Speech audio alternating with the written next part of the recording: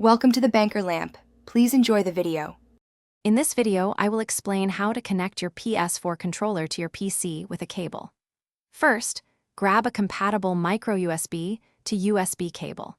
Connect the smaller micro USB end into your PS4 controller and the larger USB end into an available USB port on your computer. Your PC should automatically detect the controller, and you will see the controller's light bar illuminate with a steady glow, indicating a successful connection. It's a straightforward process, getting you ready to game in moments. Once your controller is physically connected, let's configure it for Steam. Launch the Steam application and head to the Settings menu, usually found in the top left corner. From there, select Controller and then General Controller Settings.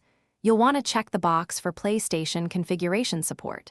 This crucial step ensures Steam fully recognizes your DualShock 4 controller, allowing you to customize button layouts and enjoy a seamless gaming experience across your Steam library.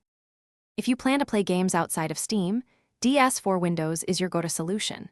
This free software allows your PS4 controller to emulate an Xbox 360 controller, which many PC games natively support. Download and install DS4 Windows, ensuring you also install the required drivers like Vi-GM Bus and HID-Hide during the setup. Once installed and running, simply connect your controller via USB, and DS4 Windows will detect it, enabling you to play a wider range of titles. Encountering issues? First, try plugging your controller into a different USB port or using an alternative cable, as some cables only support charging.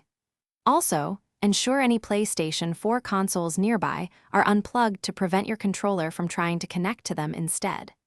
If you're using DS4 Windows, remember to disable Steam's PlayStation configuration support to avoid input conflicts. Both Steam and DS4 Windows offer extensive customization options for button mapping and even light bar colors.